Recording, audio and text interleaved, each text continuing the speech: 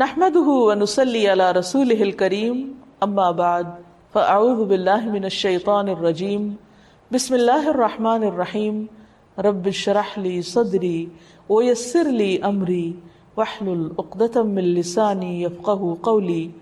السلام علیکم ورحمۃ اللہ وبرکاتہ۔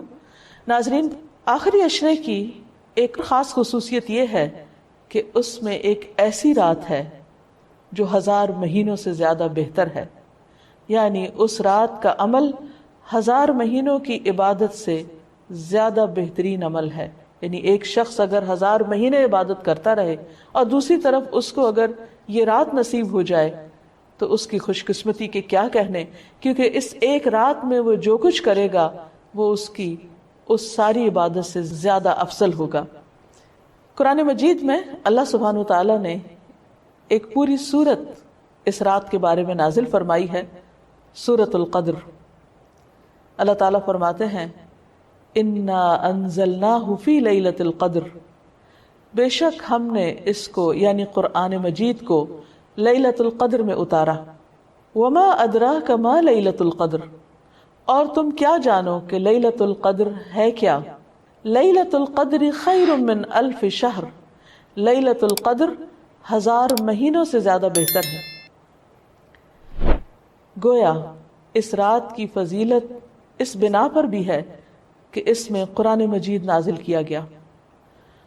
قرآن مجید سب سے عظیم ہستی کی طرف سے آیا، یعنی اللہ سبحانہ وتعالیٰ کا کلام، سب سے بہترین انسان یعنی محمد صلی اللہ علیہ وسلم پر نازل کیا گیا، سب سے بہترین مہینے رمضان میں نازل کیا گیا، سب سے بہترین رات یعنی لیلۃ القدر میں نازل کیا گیا، کہ اس ایک رات کا عمل 1000 مہینوں سے زیادہ بہتر ہے۔ اور مزید یہ کہ تنزل الملائکۃ والروح فیہا، اس میں فرشتے اترتے ہیں، ملائکہ اترتے ہیں، اور روح یعنی جبریل امین اترتے ہیں۔ سلام ہی حتی مطلع الفجر، یہ رات سراسر سلامتی کی رات ہے یہاں تک کہ فجر طلوع ہو جائے۔ اتنی خوبصورت رات، اتنی بہترین رات، اتنی خیر و برکت اور بھلائیوں سے معمور رات، کیا ہم اس کا انتظار نہیں کریں گے؟ کیا ہم اس کو پانے کی کوشش نہیں کریں گے اور اس کے لیے مزید طلب اور تڑپ بڑھائیں گے نہیں؟ خوش قسمت ہے وہ جو اس رات کی بھلائی پا گیا، اور بدقسمت ہے وہ جو اس رات کی خیر سے محروم رہ گیا۔ اس لیے ہمیں آج سے ہی اس بات کا تہیہ کر لینا چاہیے کہ انشاءاللہ ہم آخری عشرے کی سب راتوں میں عبادت کریں گے اور پچھلے 2 عشروں کی نسبت زیادہ کریں گے، تاکہ ہم اس رات میں نیک عمل کر کے اپنے نامہ اعمال کو بہتر بنا سکیں۔ اس رات کی تلاش میں اگر پورا عشرہ بھی عبادت کرنا پڑے تو کوئی مشکل کام نہیں، کوئی گھاٹے کا سودا نہیں، بلکہ نفع ہی نفع ہے، کیونکہ یہ رات جو خیر و برکت کی رات ہے، جس کو مل گئی اس کی خوش قسمتی کا کیا ٹھکانہ۔ لیکن یہ خوش قسمتی اس کے لیے ہے جو اس کی طلب رکھے، اس کے لیے بھاگ دوڑ کرے، اس کے انتظار میں رہے، اس کا شوق رکھے۔ یہ رات جس میں فرشتے اترتے ہیں، اس کے بارے میں نبی صلی اللہ علیہ وسلم نے مزید وضاحت کی، فرمایا، حضرت ابو ہریرہ سے روایت ہے کہ ان الملائکۃ تلک اللیلۃ فی الارض اکثر من عدد الحصا، بلا شبہ اس رات کو زمین میں فرشتوں کی تعداد کنکریوں سے بھی زیادہ ہوتی ہے۔ اور پھر فرشتے جب اترتے ہیں تو ایک خاص قسم کا ماحول پیدا ہو جاتا ہے، ہر طرف نیکی کا دور دورہ ہوتا ہے، ایک خاص روح ہوتی ہے اس رات میں۔ اس لیے ہم سب کو اس سے بھرپور فائدہ اٹھانا ہے، کیونکہ ایک اچھا عمل 1000 ماہ کے عمل سے بہتر ہے۔ حضرت انس سے روایت ہے کہ رمضان آیا تو رسول اللہ صلی اللہ علیہ وسلم نے فرمایا، ان هذا الشهر قد حضركم وفيه ليلة خير من 1000 شهر من حرمها فقد حرم الخير كله ولا يحرم خيرها الا محروم، کہ لوگو یہ مہینہ جو تم پر آیا ہے اس میں ایک ایسی رات ہے جو 1000 مہینوں سے بہتر ہے، جو شخص اس سے محروم رہا وہ ہر بھلائی سے محروم رہا، اس رات کی سعادت سے صرف بد نصیب ہی کو محروم کیا جاتا ہے، یعنی حقیقی معنوں میں بد نصیب وہ ہے جو اس رات کی عبادت سے محروم رہے، اس رات کی خیر سے محروم رہے۔ لیلۃ القدر آخری عشرے کی کوئی بھی رات ہو سکتی ہے، لیکن نبی صلی اللہ علیہ وسلم نے خاص طور پر طاق راتوں میں اسے تلاش کرنے کا حکم دیا ہے۔ ابن عمر کہتے ہیں کہ رسول اللہ صلی اللہ علیہ وسلم نے فرمایا، التمسوها فی العشر الاواخر یعنی لیلۃ القدر فإن ضعف احدکم او عجز فلا یغلبن علی السبع البواقی۔ صحیح مسلم کی اس روایت کا معنی ہے کہ رمضان کے آخری عشرے میں شب قدر تلاش کرو، پھر اگر تم میں سے کوئی کمزوری دکھائے یا عاجز ہو جائے تو آخری 7 راتوں میں سستی نہ کرے۔ یعنی نبی صلی اللہ علیہ وسلم نے اس کو اور شارٹ لسٹ کر دیا، پہلے 10 راتوں کا بتایا، پھر آخری 7 راتوں کی طرف توجہ دلائی۔ اس رات کا قیام گناہوں کی بخشش کا ذریعہ ہے۔ نبی صلی اللہ علیہ وسلم نے فرمایا، من قام لیلۃ القدر ایمانا واحتسابا غفر له ما تقدم من ذنبہ۔ جس نے لیلۃ القدر میں ایمان اور احتساب یعنی ثواب کی نیت سے قیام کیا، اس کے پچھلے تمام گناہ معاف کر دیے جائیں گے۔ اس سے یہ بات بھی پتہ چلتی ہے کہ اس رات کی سب سے افضل نیکی قیام کرنا ہے، یعنی اللہ تعالیٰ کے حضور کھڑے ہو کر زیادہ سے زیادہ قرآن مجید پڑھنا، یعنی نماز کی حالت میں، یا سننا ہے۔ اسی طرح اس رات میں شور ہنگامے، لڑائی جھگڑے، فضول اور لغو گفتگو سے بھی پرہیز کرنا چاہیے۔ عام طور پر ہوتا یہ ہے کہ جب لوگ مساجد میں اکٹھے ہوتے ہیں یا کچھ گھروں میں اکٹھے ہو کر اجتماعی طور پر قیام اللیل کا اہتمام کرتے ہیں تو پھر بعض اوقات تھکاوٹ ہونے کی صورت میں چائے کا دور چلتا ہے یا پھر گفتگو شروع ہو جاتی ہے، تو ہو سکتا ہے کہ وہی دعا کی قبولیت کا وقت ہو۔ اس لیے پوری رات میں انسان اپنے آپ پر خوب چیک رکھے، نظر رکھے کہ وہ عبادت کے سوا کسی اور چیز کی طرف دھیان نہ دے، اگر کوئی اور کر رہا تو اس کو بھی سمجھائے۔ اس سلسلے میں ایک حدیث ہے، عبادہ بن صامت سے مروی ہے کہ نبی صلی اللہ علیہ وسلم ہمیں شب قدر کی خبر دینے کے لیے تشریف لا رہے تھے کہ 2 مسلمان آپس میں جھگڑا کرنے لگے۔ اس پر آپ صلی اللہ علیہ وسلم نے فرمایا، میں آیا تھا کہ تمہیں شب قدر بتا دوں، لیکن فلاں اور فلاں نے آپس میں جھگڑا کر لیا، پس اس کا علم اٹھا لیا گیا، اور امید ہے کہ تمہارے حق میں یہی بہتر ہوگا۔ اس حدیث سے ہمیں 2 باتیں پتہ چلتی ہیں۔ ایک تو یہ کہ مسلمانوں کا باہم لڑائی جھگڑا، فتنہ فساد ان کو بہت سی خیر سے محروم کر دیتا ہے۔ ایک اور حدیث کے مطابق فساد اور باہمی تعلقات کی خرابی دین کو مونڈ دینے والی ہے، یعنی دین کا صفایا کر دیتی۔ وہاں کوئی ایمان اور تقوی اور خیر بھلائی باقی نہیں رہتی جہاں لوگوں کے درمیان باہم تعلقات اچھے نہیں ہوتے۔ اور یہاں ہم دیکھتے ہیں کہ نبی صلی اللہ علیہ وسلم اسپیسیفکلی یہ بتانے کے لیے آئے کہ کون سی رات لیلۃ القدر ہوگی تاکہ لوگ اس میں پوری طرح عبادت کر سکیں، لیکن لڑائی جھگڑے کی وجہ سے وہ علم آپ سے اٹھا لیا گیا۔ لیکن آپ نے یہ فرمایا کہ اسی میں بھلائی ہوگی۔ اس سے ہمیں ایک اور بات بھی پتہ چلتی، اور وہ یہ کہ نبی صلی اللہ علیہ وسلم انتہا درجے کی مثبت سوچ رکھتے تھے۔ وہ ہر اس موقع پر جہاں کوئی شخص پریشان ہو کر کام چھوڑ سکتا ہے یا ڈپریشن میں جا سکتا ہے، آپ اس موقع پر بھی ہمیشہ یہی بتاتے کہ اس میں بھی بھلائی ہے، اس میں بھی خیر ہے۔ اور ہم اگر غور کریں تو خیر نظر بھی آتی ہے۔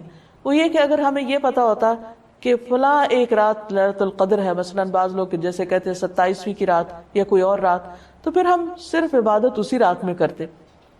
اب چونکہ پتہ نہیں کہ کون سی رات ہے، تو اس ایک رات کو تلاش کرنے کے لیے ہم اور بھی بہت سی راتوں میں عبادت کر لیتے ہیں، جو یقینی طور پر ثواب اور اجر کا کام ہے۔ لیلۃ القدر اگرچہ یہ نہیں پتہ چلتا کہ کون سی رات ہے، لیکن اس کی کچھ علامات ہمیں بتائی گئی ہیں۔ وہ علامات کیا ہیں؟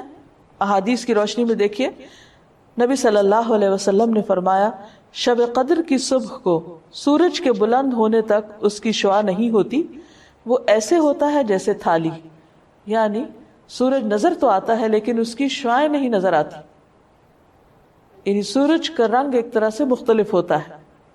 ایک اور روایت میں آتا ہے، حضرت ابو ہریرہ سے روایت ہے کہ ہم نے رسول اللہ صلی اللہ علیہ وسلم کے پاس شب قدر کا ذکر کیا تو آپ نے فرمایا، تم میں سے کون اسے یاد رکھتا ہے؟ اس میں جب چاند نکلتا ہے تو ایسا ہوتا ہے جیسے بڑے تھال کا کنارہ، یعنی اس کو بھی آپ نے تھال سے تشبیہ دی، لیکن کنارہ اس لیے کہ آخری راتوں میں چاند پورا نہیں رہتا، ایک کنارے کی طرح رہ جاتا ہے۔ اسی طرح ابن عباس سے مروی ہے کہ رسول اللہ صلی اللہ علیہ وسلم نے فرمایا، شب قدر آسان اور معتدل رات ہے جس میں نہ گرمی ہوتی ہے اور نہ سردی۔ اس صبح کا سورج اس طرح طلوع ہوتا ہے کہ اس کی سرخی مدھم ہوتی، یعنی سورج کی ایک نشانی بتائی گئی، لیکن ظاہر ہے کہ وہ تو جب رات گزر جاتی ہے پھر ہی نظر آتا ہے، اس لیے اس پر نہیں رہنا چاہیے کہ فلاں رات تھی یا فلاں رات تھی، توجہ اس پہ رہنی چاہیے کہ ہمیں ہر رات سے کس طرح فائدہ اٹھانا ہے۔ ایک اور روایت میں آتا ہے، حضرت زر سے روایت ہے، انہوں نے کہا کہ میں نے ابی ابن کعب کو یہ فرماتے ہوئے سنا، ان سے کہا گیا کہ حضرت عبداللہ بن مسعود فرماتے ہیں کہ جو آدمی سارا سال قیام کرے وہ لیلۃ القدر کو پہنچ گیا۔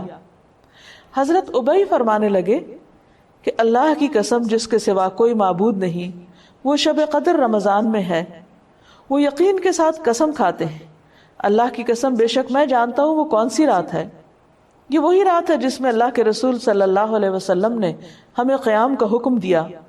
اس رات کی صبح 27 تاریخ تھی اور اس کی علامت یہ تھی کہ سورج طلوع ہوا تو اس کی سفیدی میں شعاع نہ تھی، اور یہ ہو سکتا ہے کہ اس سال 27ویں رات ہو، لیکن یہ ضروری نہیں کہ صرف 27ویں رات ہی شب قدر ہو۔ ام المومنین حضرت عائشہ کہتی ہیں کہ میں نے پوچھا، اے اللہ کے رسول صلی اللہ علیہ وسلم، اگر میں شب قدر پالوں تو اس میں کیا کہوں، یعنی کون سی خاص دعا مانگوں؟ آپ نے فرمایا، کہو اللہم انک عفو تحب العفو فاعف عنی، اے اللہ تو معاف کرنے والا ہے، معاف کرنے کو پسند کرتا ہے، بس تو مجھے معاف کر دے۔ اس سے یہ پتہ چلتا ہے کہ اس رات بھی زیادہ سے زیادہ اللہ سبحانہ وتعالیٰ سے بخشش کی دعا کرنی چاہیے، معافی اور درگزر کی دعا کرنی چاہیے۔ اس کے علاوہ انسان قرآن مجید کی تلاوت کر سکتا ہے، اگر خواتین نماز نہ پڑھ سکیں تو ذکر اذکار کر سکتی ہیں، تسبیحات کر سکتی ہیں، اپنی غلطیوں کی معافی مانگ سکتے ہیں ہم سب، کیونکہ اللہ تعالیٰ بندے کی توبہ سے خوش ہوتے ہیں۔ ایک حدیث میں آتا ہے کہ نبی صلی اللہ علیہ وسلم نے فرمایا، ایک آدمی گناہ کرتا ہے پھر کہتا ہے کہ اے اللہ میرا گناہ معاف کر دے، تو اللہ تعالیٰ فرماتا ہے کہ میرے بندے نے گناہ کا کام کیا اور اسے علم ہے کہ اس کا کوئی رب بھی ہے جو گناہوں کو معاف فرماتا ہے اور ان پر مواخذہ کرتا ہے، میں نے اپنے بندے کو معاف کر دیا۔ یعنی اللہ تعالیٰ اس بات سے خوش ہوتے ہیں کہ بندہ اللہ تعالیٰ سے معافی کی دعا مانگے۔ پھر اللہ تعالیٰ بخشش کا وعدہ بھی کرتے ہیں۔ رسول اللہ صلی اللہ علیہ وسلم نے فرمایا کہ شیطان نے اللہ عز و جل سے کہا، مجھے تیری عزت اور جلال کی قسم، میں تیرے بندوں کو اس وقت تک گمراہ کرتا رہوں گا جب تک ان کے جسم میں روح رہے گی، یعنی جب تک وہ فوت نہیں ہو جاتے۔ اور اللہ تعالیٰ نے فرمایا، مجھے اپنی عزت اور جلال کی قسم، جب تک وہ مجھ سے معافی مانگتے رہیں گے میں بھی انہیں معاف کرتا رہوں گا۔ یعنی اللہ تعالیٰ کو معاف کرنا پسند ہے، اس لیے خصوصی طور پر لیلۃ القدر میں اپنے گناہوں کی معافی مانگنی چاہیے، کیونکہ اس میں قبولیت کی گھڑیاں ہوتی ہیں۔ اور استغفار کا فائدہ یہ بھی ہے کہ انسان عذاب سے محفوظ رہتا ہے۔ قرآن مجید میں آتا ہے کہ اللہ تعالیٰ ان کو عذاب نہیں دیں گے جب تک وہ استغفار کرتے رہیں گے۔ کوئی بھی انسان یا قوم اپنی کوتاہیوں، غفلتوں، گناہوں کی وجہ سے اللہ تعالیٰ کو ناراض کر دیتی ہے، لیکن اللہ تعالیٰ رب الرحیم ہے، غفور الرحیم ہے، وہ اپنے بندوں کو معاف کر دیتے ہیں۔ لہٰذا اس موقع پر ہمیں انفرادی توبہ کے علاوہ اجتماعی توبہ بھی کرنی چاہیے۔ قرآن مجید میں اللہ تعالیٰ فرماتے ہیں، وَتُوبُوا إِلَى اللَّهِ جَمِيعًا أَيُّهَا الْمُؤْمِنُونَ، اے مومنو سب مل کر اللہ سے توبہ کرو، اللہ تعالیٰ معاف فرمانے والا ہے، خواہ انسان کے گناہ آسمان کی بلندیوں تک ہی کیوں نہ پہنچ جائیں۔ اور آپ صلی اللہ علیہ وسلم نے یہ بھی فرمایا کہ جو آدمی یہ بات پسند کرتا ہے کہ اس کا اعمال نامہ اسے خوش کر دے تو وہ کثرت سے استغفار کیا کرے۔ ایک اور روایت میں آتا ہے، خوشخبری ہے اس کے لیے جو اپنے نامہ اعمال میں بکثرت استغفار پائے۔ اللہ تعالیٰ سے دعا ہے کہ اللہ تعالیٰ ہمیں یہ رات نصیب فرمائے اور ہمارے گناہوں کی بخشش فرما دے اور اپنی رحمتوں کا نزول ہم سب پر کرے۔ وآخر دعوانا ان الحمد للہ رب العالمین۔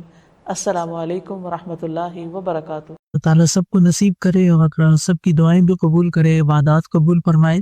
تو یہاں پر ایک سوال پیدا ہوتا ہے کہ کیا لیلۃ القدر کی فضیلت جو ہے اس کا اطلاق سارے نیک اعمال پر ہوتا ہے یا پھر کچھ مخصوص اعمال ہوتے ہیں؟ یعنی لیلۃ القدر میں کوئی بھی نیک عمل کرتے رہیں تو اس کا اجر کئی لاکھ گنا زیادہ ہو جائے گا، یا یہ فضیلت یا یہ بشارت صرف چند اعمال پر ہے؟ تو اس میں آپ دیکھیے کہ شیخ صالح العثیمی ہیں، ایک عالم ہیں بہت بڑے فتویٰ کمیٹی کے، تو وہ کہتے ہیں کہ جو لوگ لیلۃ القدر میں اعمال کی اقسام کے بارے میں بات کرتے ہیں تو وہ کہتے ہیں کہ اس رات میں کیے جانے والے اعمال ان 1000 مہینوں سے افضل ہیں جن میں لیلۃ القدر نہیں ہوتی۔ یعنی جو لوگ اس بات کو عمومی بنا دیتے ہیں وہ ایک غلطی کا ارتکاب کرتے ہیں، یعنی اس فضیلت کا اطلاق سارے اعمال پہ نہیں ہوتا کہ کچھ بھی کر لو۔ جن اعمال کی طرف اشارہ ہے وہ مخصوص اعمال ہیں جو کہ رسول اللہ صلی اللہ علیہ وسلم کے فرمان میں موجود ہیں کہ من قام لیلۃ القدر ایمانا واحتسابا غفر له ما تقدم من ذنبہ، کہ جو کوئی لیلۃ القدر میں ایمان کے ساتھ اور حصول ثواب کی نیت سے قیام کرے اس کے تمام گناہ بخش دیے جائیں گے۔ تو اس سے کیا پتہ چلتا ہے کہ اصل عبادت لیلۃ القدر کی کیا ہے؟ قیام۔ رات کو کھڑے ہو کر یا اگر کھڑے نہیں ہو پا رہے تو بیٹھ کر زیادہ سے زیادہ نوافل پڑھے جائیں، قیام کیا جائے، قرآن سنا جائے، قرآن پڑھا جائے۔ تو نماز کے اندر 3 چیزیں ہوتی ہیں نا، ایک قیام ہوتا ہے، ایک قرآن کی تلاوت ہوتی ہے، قیام ہوتا ہی تلاوت کے ساتھ ہے، اور پھر کچھ دعائیں ہیں جیسے آج کل آپ نماز کے اذکار سیکھ رہے ہیں تو یہ دعائیں بھی پڑھتے ہیں، آپ سجدے میں دعائیں کرتے ہیں، 2 سجدوں کے بیچ میں دعائیں کرتے ہیں، رکوع میں کرتے ہیں، رکوع سے کھڑے ہو کر کرتے ہیں، اسی طرح ہاتھ باندھ کر سب سے پہلے شروعی دعا سے کرتے ہیں اللہم باعد بینی و بین خطایا۔ تو 3 اہم چیزیں ہو گئی، قیام ہو گیا، قرات ہو گئی، دعا ہو گئی، ٹھیک ہے۔ لیکن بعض لوگوں نے اس رات میں کچھ خدمت خلق کے کاموں کو ان عبادات کے برابر قرار دیا ہے۔ وہ کہتے ہیں جیسے بھوکے کو کھانا کھلانا، بے لباس کو کپڑا پہنانا، بیماروں کا علاج کرنا، غریبوں کو صدقہ دینا، والدین کے ساتھ حسن سلوک کرنا، پڑوسیوں سے حسن سلوک، رشتہ داروں سے تعلقات جوڑنا، تو یہ لیلۃ القدر کے اعمال نہیں ہیں۔ یعنی یہ اعمال جو لوگوں کو فائدہ پہنچانے کا، یہ لیلۃ القدر کے نہیں ہیں۔ لیلۃ القدر کے اعمال کیا ہے؟ قیام اللیل۔ یہ آپ دوسرے دنوں میں دن اور رات کریں، آپ کو کوئی روکنے والا نہیں، لیکن ہر وقت اور ہر موقع کا ایک الگ کام ہوتا ہے۔ عربی میں ایک محاورہ ہے لِكُلِّ مَقَامٍ مَقَال، ہر موقع کی مناسبت سے کوئی بات ہوتی ہے، یعنی اور وہ بات اسی موقع کی مناسبت سے کرنی چاہیے، کیونکہ اگر وہ موقع کی مناسبت سے کی جائے تو وہ خوبصورت ہوتی ہے، اس کا فائدہ ہوتا ہے، اور اگر بے موقع کی جائے تو وہ جسے پنجابی میں کہتے ہیں نا کہ ویلی دی نماز کویلی دی ٹکرا، تو یعنی اصل نماز کیا ہے؟ جو وقت کے اندر ادا کی جائے۔ تو اصل عبادت لیلۃ القدر کی کیا ہے؟ قیام۔ بس ایک لفظ اگر یاد رہے نا، قیام، اور آپ کا سارا فوکس اسی پر ہی ہونا چاہیے کہ ان راتوں میں زیادہ سے زیادہ نوافل ادا کرنے ہیں، اور اس میں بھی تعداد کی زیادتی نہیں مقصود، اصل کیا ہے؟ قیام، کہ دیر تک یکسو ہو کر نماز کی حالت میں عبادت کی جائے۔ تو وہ کہتے ہیں کہ جو شخص لیلۃ القدر کا ثواب حاصل کرنے کی نیت سے مسجد یا کسی اور جگہ قیام کرے، گھر میں کر سکتے ہیں اگر مسجد میں نہیں جگہ یا نہیں جانے کا موقع، کیونکہ سب لوگ مسجد تک نہیں پہنچ سکتے، خصوصاً خواتین، قرآن کی تلاوت کرے اور دعا کرے، یہ وہ شخص ہے جو شریعت کے مطابق عمل کرتا ہے۔ اور ایسا شخص شریعت کے مطابق عمل نہیں کرتا جو قیام، تلاوت قرآن اور دعا کو تو چھوڑ دے، اس کی بجائے صدقہ اور دوسروں کے ساتھ حسن سلوک اور رشتہ داریاں جوڑنا اور ان کو وزٹ کرنا اور اس طرح کے اعمال شروع کر دے۔ یہ ایک نئی سوچ ہے جس کا ابتدا میں کوئی تصور نہیں تھا کہ لوگ ان راتوں میں یہ کام نہیں کرتے تھے بلکہ قیام کرتے تھے۔ اب یہ ہے کہ لیلۃ القدر میں دعا کون سی کی جائے؟ آپ جو چاہیں دعا کریں، لیکن خاص دعا جو ہمیں بتائی گئی ہے اس رات کی مناسبت سے، وہ حضرت عائشہ سے روایت ہے۔ وہ کہتی ہے کہ اے اللہ کے نبی صلی اللہ علیہ وسلم، یہ بتائیے کہ اگر مجھے شب قدر حاصل ہو جائے تو میں اس میں کیا دعا مانگوں؟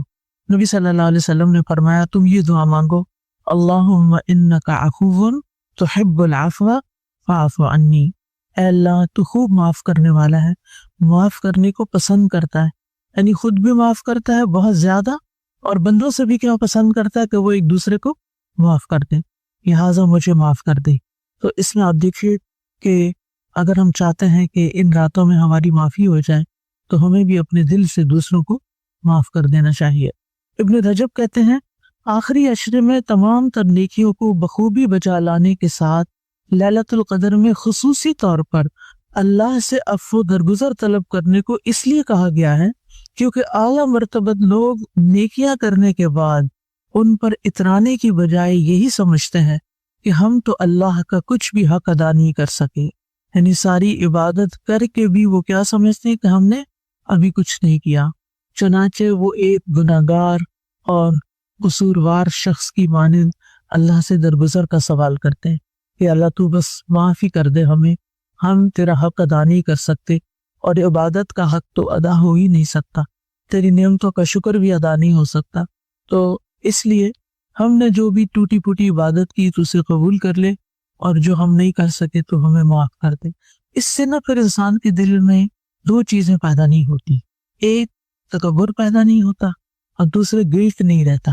ہم میں سے بہت سے لوگ بہت کچھ کرنے کے بعد بھی نا اندر سے شرمندہ ہوتے ہیں، یعنی کم از کم میں تو بہت ہی شرمندہ ہوں کہ یا اللہ جو کرنا چاہیے وہ کر نہیں پاتی، وہ ہو نہیں رہا، ہو بھی نہیں سکتا، یعنی دل تو کیا چاہتا ہے بہت کچھ کرے لیکن عملاً رات گزر جاتی ہے پتہ نہیں چلتا، کچھ بھی نہیں ہو پاتا، تو پھر دل میں نا ایک عجیب سی تکلیف ہوتی ہے کہ یا اللہ حق ادا نہیں ہو تو ہمیں معافی کر دے۔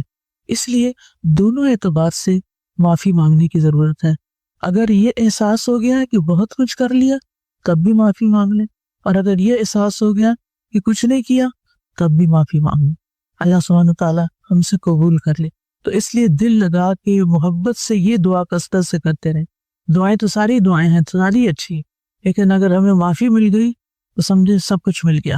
کسی بھی حکم پر جب عمل میں دشواری پیش آ رہی ہو دو چیزیں ذہن میں رکھا کریں، ایک تو یہ ہے کہ آپ پورے دل سے چاہتے ہیں وہ کرنا، نیت درست ہے آپ کی اور آپ اس کی ایفرٹ بھی کر رہے ہیں، لیکن دوسری چیز ہے کہ ایفرٹ کے باوجود وہ نہیں ہو پایا جو کرنا چاہیے تھا، تو ایسی صورت میں پھر یہ آیت ہمیشہ یاد رکھا کریں، فاتقوا اللہ ما استطعتم، اللہ کا تقوی اختیار کرتے رہو جتنی تم میں استطاعت ہے، یعنی جو ہم کر سکتے ہیں وہ ہم تو کر رہے ہیں، اور اگر کوئی تعاون نہیں کر رہا اور اس کے تعاون کے بغیر یہ عمل مکمل نہیں ہوتا، کچھ عمل ہوتے ہیں یک طرفہ، آپ نے کیا بس ہو گیا، آپ کے ہاتھ میں ہوتا ہے نا وہ کرنا، آپ کی چوائس پہ ہوتا ہے، لیکن کچھ کاموں میں آپ کو دوسرے کا ہینڈ بھی چاہیے، اب وہ ہینڈ نہیں آ رہا تو آپ اکیلے ہاتھ سے کتنا کر سکتے ہیں، جتنا کر سکتے ہیں اتنا کر کے اپنی نماز میں توجہ کریں۔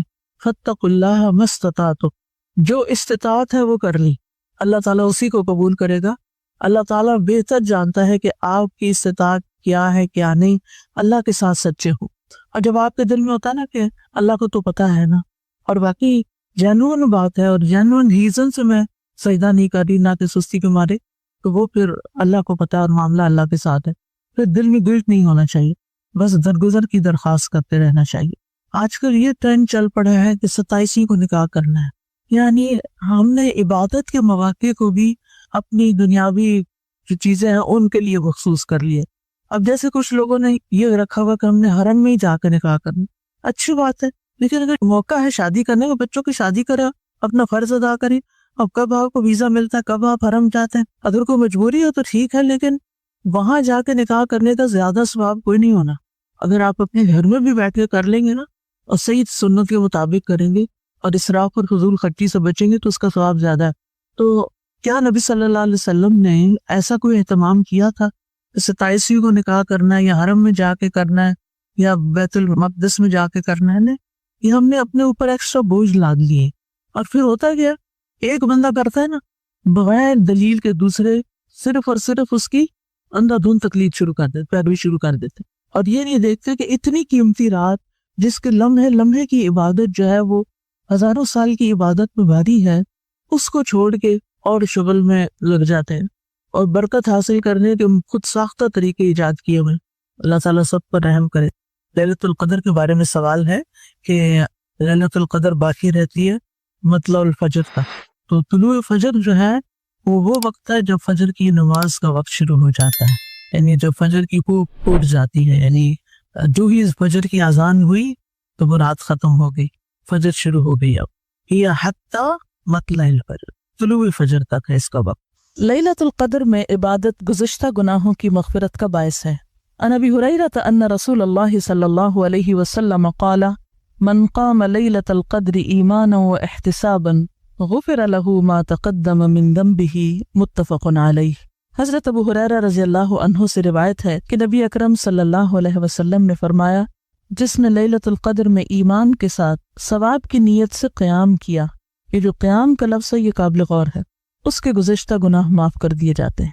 تو آخری راتوں کی بہترین عبادت طویل نمازیں ہیں، لمبا قیام ہے۔ اسے بخاری اور مسلم نے روایت کیا ہے۔ یہ الگ بات ہے کہ جن لوگوں کو نماز نہ پڑھنا ہو پھر وہ بیٹھ کے کچھ ذکر اذکار کرتے رہیں، لیکن ساری نیکیوں میں سے بہترین نیکی جو اس رات میں کی جا سکتی ہے وہ طویل قیام۔ لیلۃ القدر کی سعادت سے محروم رہنے والا بہت ہی بد نصیب ہے۔ عن انس بن مالک رضی اللہ عنہ قال دخل رمضان فقال رسول اللہ صلی اللہ علیہ وسلم ان هذا الشهر قد حضركم وفيه ليلة خير من 1000 شهر من حرمها فقد حرم الخير كله ولا يحرم خيرها الا محروم۔ رواہ ابن ماجہ۔ حضرت انس ابن مالک رضی اللہ عنہ سے روایت ہے کہ رمضان آیا تو رسول اللہ صلی اللہ علیہ وسلم نے فرمایا، یہ جو مہینہ تم پر آیا ہے اس میں ایک رات ایسی ہے جو 1000 مہینوں سے بہتر ہے۔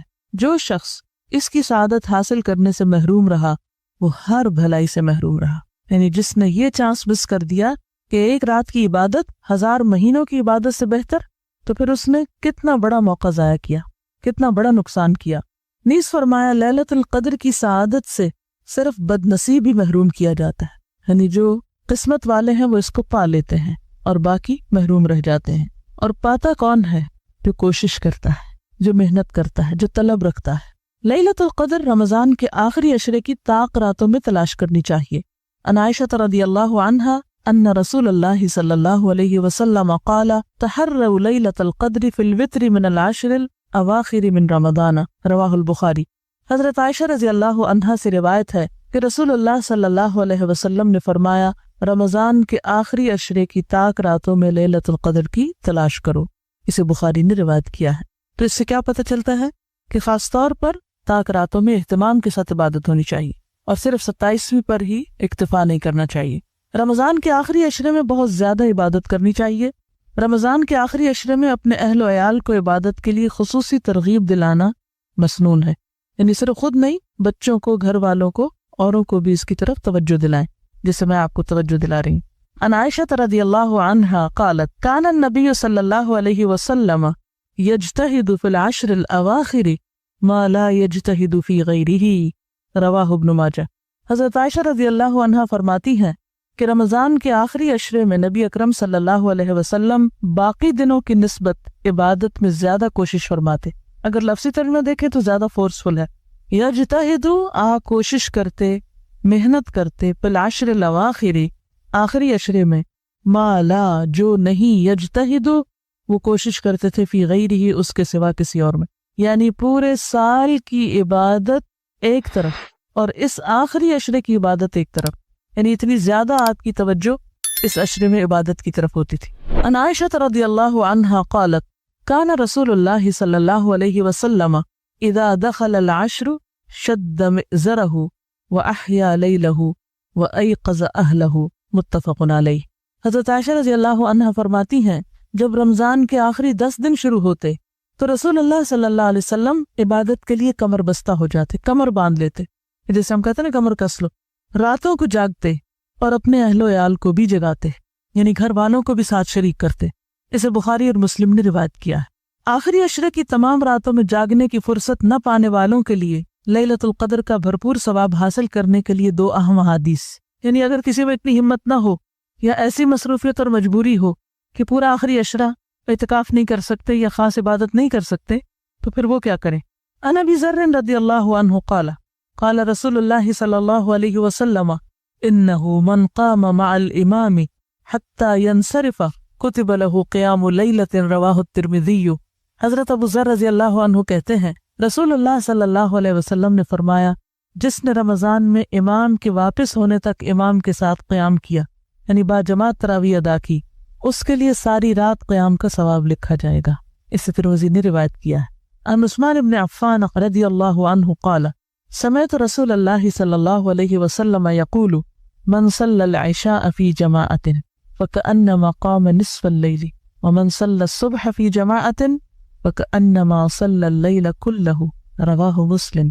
حضرت عثمان بن عفان رضی اللہ عنہ کہتے ہیں میں نے رسول اللہ صلی اللہ علیہ وسلم کو فرماتے ہوئے سنا جس نے عشاء کی نماز باجماعت ادا کی اس نے گویا نصف رات قیام کیا، اور جس نے نماز عشاء باجماعت ادا کرنے کے بعد صبح کی نماز باجماعت ادا کی اس نے گویا ساری رات قیام کی۔ اسے مسلم نے روایت کیا ہے۔ رمضان المبارک میں رسول اللہ صلی اللہ علیہ وسلم کثرت سے تلاوت قرآن اور انفاق فی سبیل اللہ فرمایا کرتے تھے۔ یعنی نماز کے بعد دو مزید نیکی کے کام کیا ہیں؟ قرآن کا کثرت سے پڑھنا، اور تلاوت کا معنی آپ سمجھتے ہیں اچھی طرح، اور انفاق فی سبیل اللہ کرنا، یعنی تلاوت سے مراد صرف ختم پہ ختم کرتے جانا نہیں بلکہ سمجھ سمجھ کے پڑھنا بھی۔ عن ابن عباس رضی اللہ عنہما قال كان النبي صلى الله عليه وسلم أجود الناس بالخير وكان أجود ما يكون في رمضان حين يلقاه جبريل وكان جبريل عليه السلام يلقاه كل ليلة في رمضان حتى ينسلخ يعرض عليه النبي صلى الله عليه وسلم القرآن فإذا لقيه جبريل عليه السلام كان أجود بالخير من الريح المرسلة متفق عليه۔ حضرت عبداللہ بن عباس رضی اللہ عنہما فرماتے ہیں رسول اللہ صلی اللہ علیہ وسلم لوگوں کے ساتھ بھلائی کرنے میں بہت سخی تھے، لیکن رمضان میں جب حضرت جبریل علیہ السلام آپ سے ملتے تو آپ اور بھی زیادہ سخی ہو جاتے، یعنی عام دنوں کی نسبت زیادہ سخاوت ہوتی تھی آپ کی۔ رمضان میں حضرت جبریل ہر رات آپ سے ملا کرتے اور نبی اکرم صلی اللہ علیہ وسلم رمضان گزرنے تک انہیں قرآن مجید سناتے۔ اس سے کیا پتہ چلتا ہے؟ سیکھنے سکھانے کا عمل بند نہیں کر دینا چاہیے۔ ایک پورے سپارے کا ترجمہ بیٹھ کے آپ دہرا لیں، کسی کو سنا دیں، کچھ کر لیں، اس سے کیا ہوگا؟ سبق بھی پکا ہو جائے گا اور یہ سنت بھی پوری ہو جائے گی کہ آپ صلی اللہ علیہ وسلم ہر رات جبریل سے ملاقات کرتے اور رمضان گزرنے تک انہیں قرآن مجید سناتے تھے۔ کیونکہ پڑھنا پڑھانا جو ہے افضل ترین عبادت ہے، یہ کبھی نہ بھولے آپ کو۔ جب جبریل علیہ السلام آپ سے ملتے تو آپ کی سخاوت تیز ہواؤں سے بھی زیادہ بڑھ جاتی۔ تیز آندھی جب چلتی ہے تو ہر چیز اس کی زد میں آ جاتی، تو اسی طرح آپ کی سخاوت ایسی ہوتی کہ جس سے سارے فائدہ اٹھاتے۔ اسے بخاری اور مسلم نے روایت کیا ہے۔ لیلۃ القدر میں یہ دعا پڑھنا مسنون ہے، یعنی خاص طور پر ہر رات نمازوں کے درمیانی وقفے میں اٹھتے بیٹھتے کثرت سے یہ دعا پڑھیں۔ عن عائشہ رضی اللہ عنہا قالت قلت یا رسول اللہ صلی اللہ علیہ وسلم ارأیت ان علمت ای لیلۃ لیلۃ القدر ما اقول فیہا قال قولی اللہم انک عفو تحب العفو فاعف عنی، رواہ الترمذی۔ حضرت عائشہ رضی اللہ عنہا سے روایت ہے میں نے پوچھا یا رسول اللہ صلی اللہ علیہ وسلم اگر میں شب قدر پالوں تو کون سی دعا پڑھوں؟ نبی اکرم صلی اللہ علیہ وسلم نے فرمایا کہو یا اللہ تو معاف فرمانے والا ہے، معاف کرنا پسند کرتا ہے، لہٰذا مجھے معاف فرما۔ اسے ترمذی نے روایت کیا ہے۔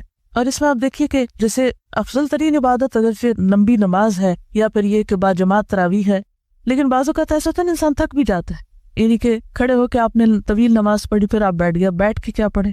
پھر آپ قرآن پڑھنا شروع کر دیں، پھر آپ کھڑے ہو کے نماز پڑھیں، اور جو ناظرہ قرآن ہے وہ نمازوں میں پڑھ لیں اور بیٹھنے کے وقفے میں ترجمے کے ساتھ دہرا لیں، حق تلاوت ہی کریں، اور اس کے علاوہ پھر دعائیں مانگیں، ہر قسم کی دعائیں، لیکن خاص طور پر یہ دعا اللہم انک عفو تحب العفو فاعف عنی، وآخر دعوانا الحمدللہ رب العالمین۔ السلام علیکم ورحمۃ اللہ وبرکاتہ۔ کیا حال ہے سب؟ الحمدللہ کہ آپ لوگوں کو آج کل رات کو قیام کرنے کا موقع مل رہا ہے اور سبھی لیلۃ القدر کی تلاش میں ہیں۔ اللہ سبحانہ تعالیٰ سب کو نصیب کرے اور سب کی دعائیں بھی قبول کرے، عبادات قبول فرمائے۔ تو یہاں پر ایک سوال پیدا ہوتا ہے کہ کیا لیلۃ القدر کی فضیلت جو ہے اس کا اطلاق سارے نیک اعمال پر ہوتا ہے یا پھر کچھ مخصوص اعمال ہوتے ہیں؟ یعنی لیلۃ القدر میں کوئی بھی نیک عمل کرتے رہیں تو اس کا اجر کئی لاکھ گنا زیادہ ہو جائے گا، یا یہ فضیلت یا یہ بشارت صرف چند اعمال پر ہے؟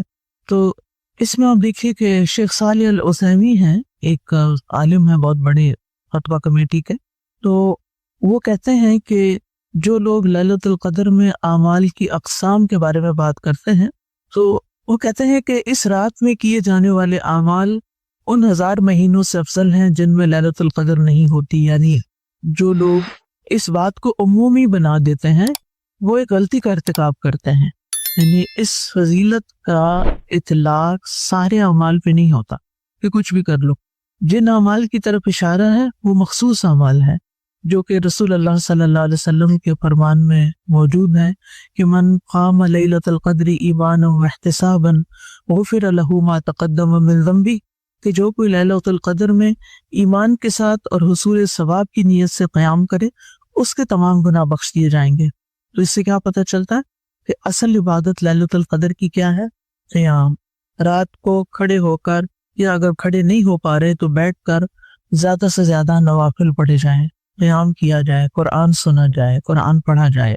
تو نماز کے اندر 3 چیزیں ہوتی ہیں نا، ایک قیام ہوتا ہے، ایک قرآن کی تلاوت ہوتی ہے، قیام ہوتا ہی تلاوت کے ساتھ ہے، اور پھر کچھ دعائیں ہیں. جیسے آج کل آپ نماز کے اذکار سیکھ رہے ہیں تو یہ دعائیں بھی پڑھتے ہیں. آپ سجدے میں دعائیں کرتے ہیں، 2 سجدوں کے بیچ میں دعائیں کرتے ہیں، رکوع میں کرتے ہیں، رکوع سے کھڑے ہو کر کرتے ہیں.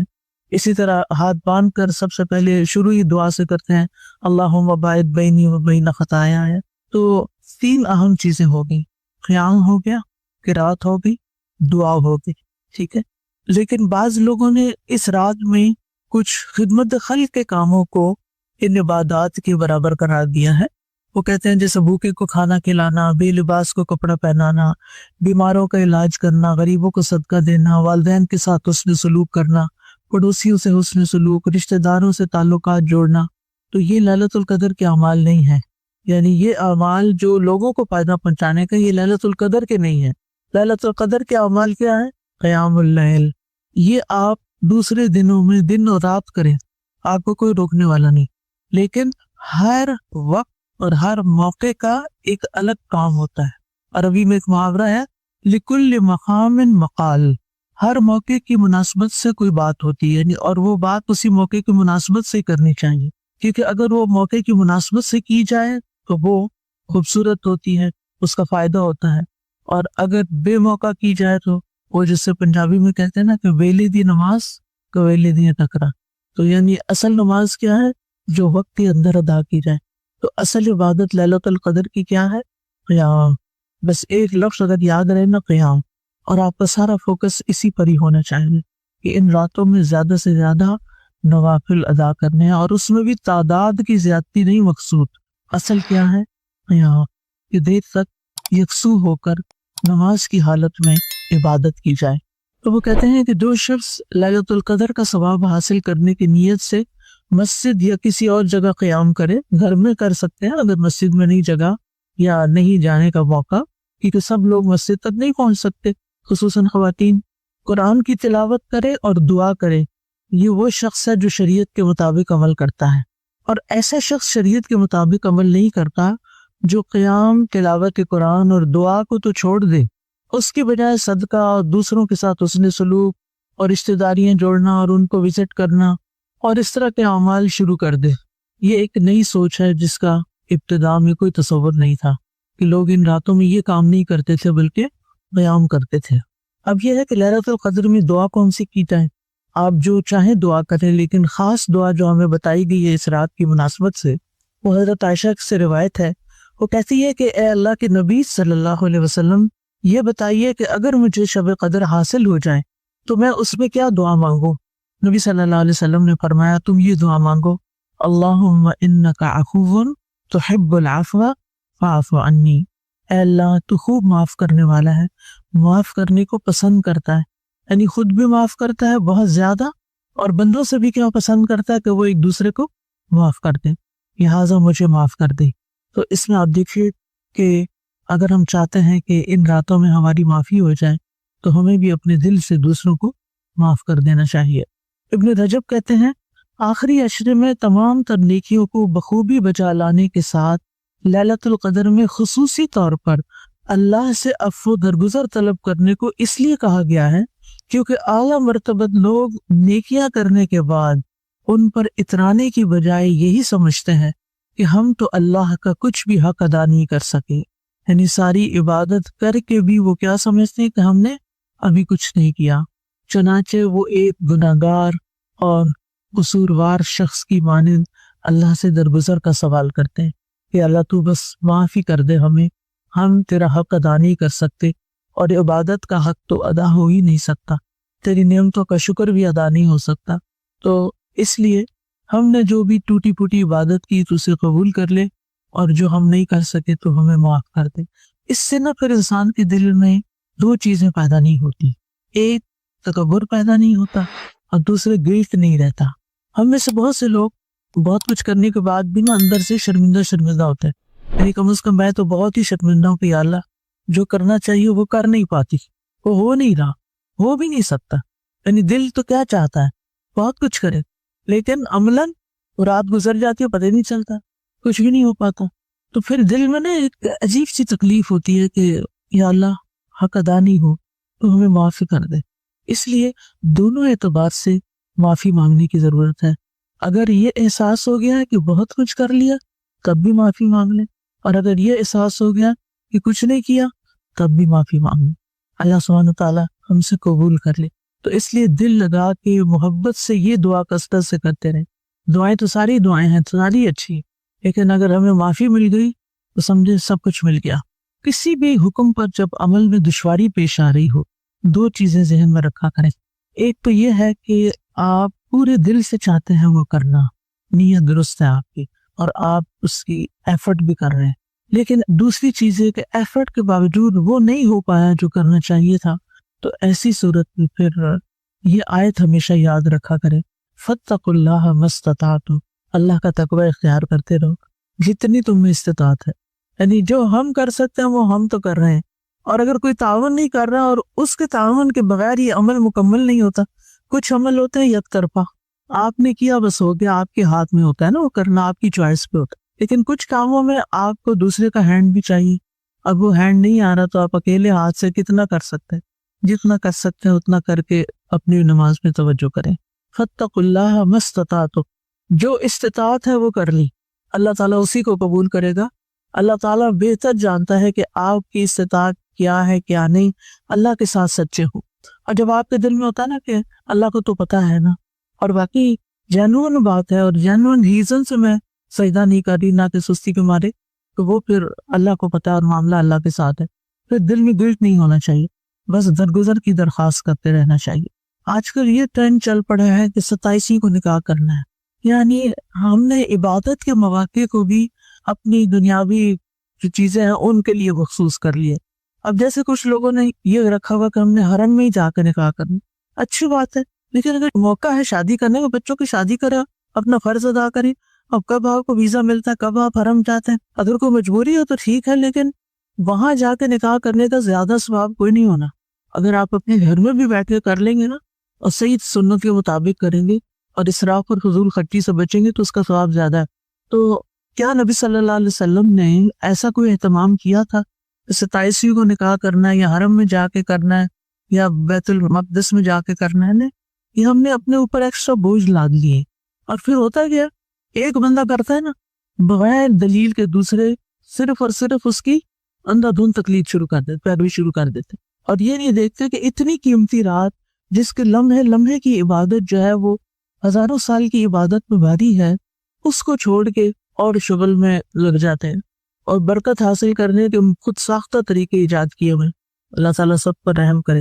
لیلۃ القدر کے بارے میں سوال ہے کہ لیلۃ القدر باقی رہتی ہے مطلع الفجر تک، تو طلوع فجر جو ہے وہ وقت ہے جب فجر کی نماز کا وقت شروع ہو جاتا ہے، یعنی جب فجر کی خوب پھوٹ جاتی ہے، یعنی جو ہی فجر کی اذان ہوئی تو وہ رات ختم ہو گئی، فجر شروع ہو گئی۔ اب یہ حتی مطلع الفجر، طلوع فجر تک ہے اس کا وقت۔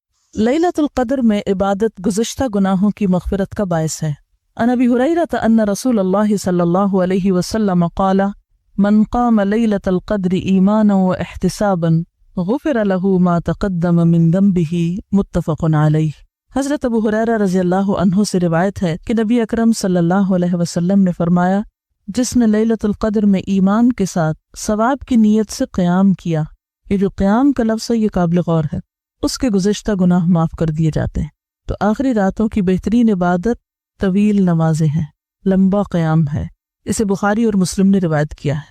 یہ الگ بات ہے کہ جن لوگوں کو نماز نہ پڑھنا ہو پھر وہ بیٹھ کے کچھ ذکر اذکار کرتے رہیں، لیکن ساری نیکیوں میں سے بہترین نیکی جو اس رات میں کی جا سکتی ہے وہ طویل قیام۔ لیلۃ القدر کی سعادت سے محروم رہنے والا بہت ہی بد نصیب ہے۔ عن انس بن مالک رضی اللہ عنہ قال دخل رمضان فقال رسول اللہ صلی اللہ علیہ وسلم ان هذا الشهر قد حضركم وفيه ليلة خير من 1000 شهر من حرمها فقد حرم الخير كله ولا يحرم خيرها الا محروم۔ رواہ ابن ماجہ۔ حضرت انس بن مالک رضی اللہ عنہ سے روایت ہے کہ رمضان آیا تو رسول اللہ صلی اللہ علیہ وسلم نے فرمایا یہ جو مہینہ تم پر آیا ہے اس میں ایک رات ایسی ہے جو 1000 مہینوں سے بہتر ہے۔ جو شخص اس کی سعادت حاصل کرنے سے محروم رہا وہ ہر بھلائی سے محروم رہا، یعنی جس نے یہ چانس مس کر دیا کہ ایک رات کی عبادت 1000 مہینوں کی عبادت سے بہتر، تو پھر اس نے کتنا بڑا موقع ضائع کیا، کتنا بڑا نقصان کیا۔ نیز فرمایا لیلۃ القدر کی سعادت سے صرف بد نصیب ہی محروم کیا جاتا ہے، یعنی جو قسمت والے ہیں وہ اس کو پا لیتے ہیں اور باقی محروم رہ جاتے ہیں۔ اور پاتا کون ہے؟ جو کوشش کرتا ہے، جو محنت کرتا ہے، جو طلب رکھتا ہے۔ لیلۃ القدر رمضان کے آخری عشرے کی طاق راتوں میں تلاش کرنی چاہیے۔ عن عائشہ رضی اللہ عنہا ان رسول اللہ صلی اللہ علیہ وسلم قال تحروا لیلۃ القدر فی الوتر من العشر الاواخر من رمضان۔ رواہ البخاری۔ حضرت عائشہ رضی اللہ عنہا سے روایت ہے کہ رسول اللہ صلی اللہ علیہ وسلم نے فرمایا رمضان کے آخری عشرے کی طاق راتوں میں لیلۃ القدر کی تلاش کرو۔ اسے بخاری نے روایت کیا ہے۔ تو اس سے کیا پتہ چلتا ہے کہ خاص طور پر طاق راتوں میں اہتمام کے ساتھ عبادت ہونی چاہیے اور صرف 27ویں پر ہی اکتفا نہیں کرنا چاہیے۔ رمضان کے آخری عشرے میں بہت زیادہ عبادت کرنی چاہیے۔ رمضان کے آخری عشرے میں اپنے اہل و عیال کو عبادت کے لیے خصوصی ترغیب دلانا مسنون ہے، یعنی صرف خود نہیں، بچوں کو، گھر والوں کو، اوروں کو بھی اس کی طرف توجہ دلائیں، جسے میں آپ کو توجہ دلا رہی ہوں۔ عن عائشہ رضی اللہ عنہا قالت کان النبی صلی اللہ علیہ وسلم یجتہد فی العشر الاواخر ما لا یجتہد فی غیرہ۔ رواہ ابن ماجہ۔ حضرت عائشہ رضی اللہ عنہا فرماتی ہیں کہ رمضان کے آخری عشرے میں نبی اکرم صلی اللہ علیہ وسلم باقی دنوں کی نسبت عبادت میں زیادہ کوشش فرماتے۔ اگر لفظی ترجمہ دیکھیں تو زیادہ فورسفل ہے۔ یجتہد کوشش کرتے، محنت کرتے، فی العشر الاواخر آخری عشرے میں، ما لا جو نہیں، یجتہد وہ کوشش کرتے تھے، فی غیرہ اس کے سوا کسی اور میں، یعنی پورے سال کی عبادت ایک طرف اور اس آخری عشرے کی عبادت ایک طرف، یعنی اتنی زیادہ آپ کی توجہ اس عشرے میں عبادت کی طرف ہوتی تھی۔ عن عائشہ رضی اللہ عنہا قالت کان رسول اللہ صلی اللہ علیہ وسلم اذا دخل العشر شد مئزرہ وَأَحْيَا لَيْلَهُ وَأَيْقَظَ أَهْلَهُ متفق علیہ۔ حضرت عائشہ رضی اللہ عنہا فرماتی ہیں جب رمضان کے آخری 10 دن شروع ہوتے تو رسول اللہ صلی اللہ علیہ وسلم عبادت کے لیے کمر بستہ ہو جاتے، کمر باندھ لیتے، جیسے ہم کہتے ہیں نا کمر کس لو، راتوں کو جاگتے اور اپنے اہل و عیال کو بھی جگاتے، یعنی گھر والوں کو بھی ساتھ شریک کرتے۔ اسے بخاری اور مسلم نے روایت کیا ہے۔ آخری عشرے کی تمام راتوں میں جاگنے کی فرصت نہ پانے والوں کے لیے لیلۃ القدر کا بھرپور ثواب حاصل کرنے کے لیے 2 اہم احادیث، یعنی اگر کسی میں اتنی ہمت نہ ہو یا ایسی مصروفیت اور مجبوری ہو کہ پورا آخری عشرہ اعتکاف نہیں کر سکتے یا خاص عبادت نہیں کر سکتے، تو پھر وہ کیا کریں۔ عن ابی ذر رضی اللہ عنہ قال قال رسول اللہ صلی اللہ علیہ وسلم انه من قام مع الامام حتى ينصرف كتب له قیام لیلۃ رواہ الترمذی۔ حضرت ابو ذر رضی اللہ عنہ کہتے ہیں رسول اللہ صلی اللہ علیہ وسلم نے فرمایا جس نے رمضان میں امام کے واپس ہونے تک امام کے ساتھ قیام کیا، یعنی با جماعت تراویح ادا کی، اس کے لیے ساری رات قیام کا ثواب لکھا جائے گا۔ اس سے ترمذی نے روایت کیا ہے۔ عن عثمان بن عفان رضی اللہ عنہ قال سمعت رسول اللہ صلی اللہ علیہ وسلم یقول من صلی العشاء فی جماعت فکأنما قام نصف اللیل ومن صلی الصبح فی جماعت فکأنما صلی اللیل کلہ۔ رواہ مسلم۔ حضرت عثمان بن عفان رضی اللہ عنہ کہتے ہیں میں نے رسول اللہ صلی اللہ علیہ وسلم کو فرماتے ہوئے سنا جس نے عشاء کی نماز با جماعت ادا کی اس نے گویا نصف رات قیام کیا، اور جس نے نماز عشاء با جماعت ادا کرنے کے بعد صبح کی نماز با جماعت ادا کی اس نے گویا ساری رات قیام کی۔ اسے مسلم نے روایت کیا۔ رمضان المبارک میں رسول اللہ صلی اللہ علیہ وسلم کثرت سے تلاوت قرآن اور انفاق فی سبیل اللہ فرمایا کرتے تھے، یعنی نماز کے بعد 2 مزید نیکی کے کام کیا ہیں؟ قرآن کا کثرت سے پڑھنا، اور تلاوت کا معنی آپ سمجھتے ہیں اچھی طرح، اور انفاق فی سبیل اللہ کرنا، یعنی تلاوت سے مراد صرف ختم پہ ختم کرتے جانا نہیں بلکہ سمجھ کے پڑھنا بھی۔ عن ابن عباس رضی اللہ عنہما قال كان النبي صلى الله عليه وسلم أجود الناس بالخير وكان أجود ما يكون في رمضان حين يلقاه جبريل وكان جبريل عليه السلام يلقاه كل ليلة في رمضان حتى ينسلخ يعرض عليه النبي صلى الله عليه وسلم القرآن فإذا لقيه جبريل عليه السلام كان أجود بالخير من الريح المرسلة متفق عليه۔ حضرت عبداللہ بن عباس رضی اللہ عنہما فرماتے ہیں رسول اللہ صلی اللہ علیہ وسلم لوگوں کے ساتھ بھلائی کرنے میں بہت سخی تھے، لیکن رمضان میں جب حضرت جبریل علیہ السلام آپ سے ملتے تو آپ اور بھی زیادہ سخی ہو جاتے، یعنی عام دنوں کی نسبت زیادہ سخاوت ہوتی تھی آپ کی۔ رمضان میں حضرت جبریل ہر رات آپ سے ملا کرتے اور نبی اکرم صلی اللہ علیہ وسلم رمضان گزرنے تک انہیں قرآن مجید سناتے۔ اس سے کیا پتہ چل رہا ہے؟ سیکھنے سکھانے کا عمل بند نہیں کر دینا چاہیے۔ ایک پورے سپارے کا ترجمہ بیٹھ کے آپ دہرا لیں، کسی کو سنا دیں، کچھ کر لیں، اس سے کیا ہوگا؟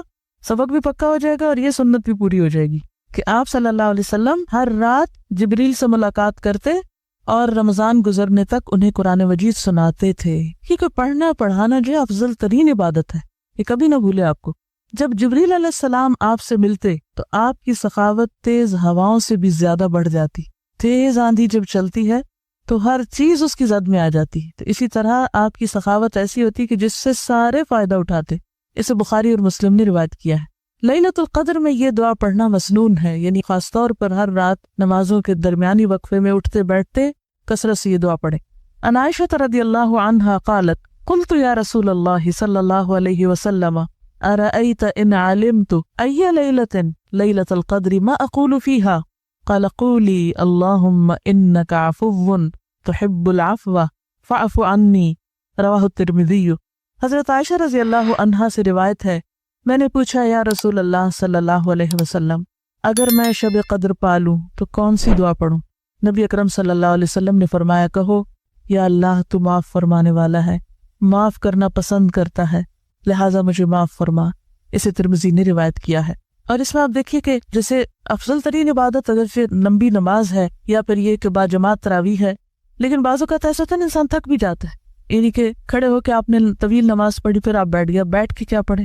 پھر آپ قرآن پڑھنا شروع کر دیں، پھر آپ کھڑے ہو کے نماز پڑھیں، اور جو ناظرہ قرآن ہے وہ نمازوں میں پڑھ لیں اور بیٹھنے کے وقفے میں ترجمے کے ساتھ دہرا لیں، حق تلاوت ہی کریں، اور اس کے علاوہ پھر دعائیں مانگیں، ہر قسم کی دعائیں، لیکن خاص طور پر یہ دعا اللہم انک عفو تحب العفو فاعف عنی وآخر دعوانا الحمد للہ رب العالمین۔ السلام علیکم ورحمۃ اللہ وبرکاتہ۔ کیا حال ہے سب؟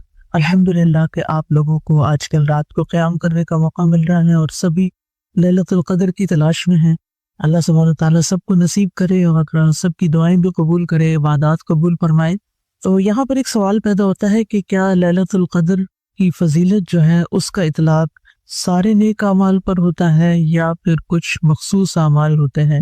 یعنی لیلۃ القدر میں کوئی بھی نیک عمل کرتے رہیں تو اس کا اجر کئی لاکھ گنا زیادہ ہو جائے گا، یا یہ فضیلت یا یہ بشارت صرف چند اعمال پر ہے؟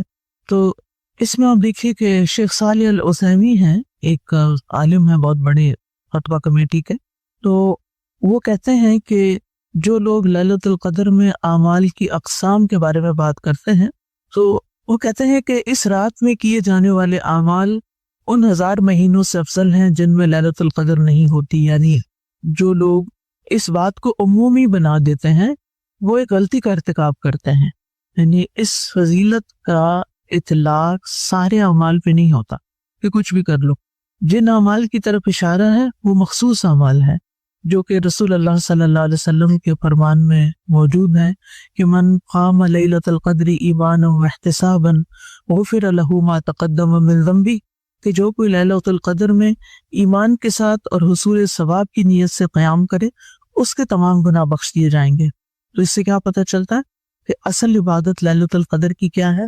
قیام، رات کو کھڑے ہو کر یا اگر کھڑے نہیں ہو پا رہے تو بیٹھ کر زیادہ سے زیادہ نوافل پڑھے جائیں، قیام کیا جائے، قرآن سنا جائے، قرآن پڑھا جائے۔ تو نماز کے اندر 3 چیزیں ہوتی ہیں نا، ایک قیام ہوتا ہے، ایک قرآن کی تلاوت ہوتی ہے، قیام ہوتا ہی تلاوت کے ساتھ ہے، اور پھر کچھ دعائیں ہیں، جیسے آج کل آپ نماز کے اذکار سیکھ رہے ہیں تو یہ دعائیں بھی پڑھتے ہیں آپ، سجدے میں دعائیں کرتے ہیں، 2 سجدوں کے بیچ میں دعائیں کرتے ہیں، رکوع میں کرتے ہیں، رکوع سے کھڑے ہو کر کرتے ہیں، اسی طرح ہاتھ باندھ کر سب سے پہلے شروعی دعا سے کرتے ہیں اللہم باعد بینی و بین خطایا۔ تو 3 اہم چیزیں ہو گئی، قیام ہو گیا، قرات ہو گئی، دعا ہو گئی، ٹھیک ہے۔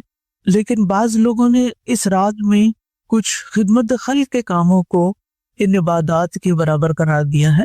وہ کہتے ہیں جیسے بھوکے کو کھانا کھلانا، بے لباس کو کپڑا پہنانا، بیماروں کا علاج کرنا، غریبوں کو صدقہ دینا، والدین کے ساتھ حسن سلوک کرنا، پڑوسیوں سے حسن سلوک، رشتہ داروں سے تعلقات جوڑنا، تو یہ لیلۃ القدر کے اعمال نہیں ہیں۔ یعنی یہ اعمال جو لوگوں کو فائدہ پہنچانے کا، یہ لیلۃ القدر کے نہیں ہیں۔ لیلۃ القدر کے اعمال کیا ہے؟ قیام اللیل۔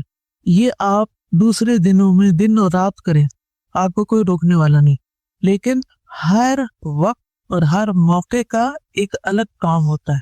عربی میں ایک محاورہ ہے لِكُلِّ مَقَامٍ مَقَال، ہر موقع کی مناسبت سے کوئی بات ہوتی ہے، یعنی اور وہ بات اسی موقع کی مناسبت سے کرنی چاہیے، کیونکہ اگر وہ موقع کی مناسبت سے کی جائے تو وہ خوبصورت ہوتی ہے، اس کا فائدہ ہوتا ہے، اور اگر بے موقع کی جائے تو وہ جسے پنجابی میں کہتے ہیں نا کہ ویلی دی نماز کویلی دی ٹکرا، تو یعنی اصل نماز کیا ہے؟ جو وقت کے اندر ادا کی جائے۔ تو اصل عبادت لیلۃ القدر کی کیا ہے؟ قیام۔ بس ایک لفظ اگر یاد رہے نا، قیام، اور آپ کا سارا فوکس اسی پر ہی ہونا چاہیے کہ ان راتوں میں زیادہ سے زیادہ نوافل ادا کرنے ہیں، اور اس میں بھی تعداد کی زیادتی نہیں مقصود، اصل کیا ہے؟ قیام، کہ دیر تک یکسو ہو کر نماز کی حالت میں عبادت کی جائے۔ تو وہ کہتے ہیں کہ جو شخص لیلۃ القدر کا ثواب حاصل کرنے کی نیت سے مسجد یا کسی اور جگہ قیام کرے، گھر میں کر سکتے ہیں اگر مسجد میں نہیں جگہ یا نہیں جانے کا موقع، کیونکہ سب لوگ مسجد تک نہیں پہنچ سکتے، خصوصاً خواتین، قرآن کی تلاوت کرے اور دعا کرے۔ یہ وہ شخص ہے جو شریعت کے مطابق عمل کرتا ہے، اور ایسا شخص شریعت کے مطابق عمل نہیں کرتا جو قیام، تلاوت قرآن اور دعا کو تو چھوڑ دے، اس کی بجائے صدقہ اور دوسروں کے ساتھ حسن سلوک اور رشتہ داریاں جوڑنا اور ان کو وزٹ کرنا اور اس طرح کے اعمال شروع کر دے۔ یہ ایک نئی سوچ ہے جس کا ابتدا میں کوئی تصور نہیں تھا کہ لوگ ان راتوں میں یہ کام نہیں کرتے تھے بلکہ قیام کرتے تھے۔ اب یہ ہے کہ لیلۃ القدر میں دعا کون سی کی جائے؟ آپ جو چاہیں دعا کریں، لیکن خاص دعا جو ہمیں بتائی گئی ہے اس رات کی مناسبت سے، وہ حضرت عائشہ سے روایت ہے۔ وہ کہتی ہے کہ اے اللہ کے نبی صلی اللہ علیہ وسلم، یہ بتائیے کہ اگر مجھے شب قدر حاصل ہو جائے تو میں اس میں کیا دعا مانگوں؟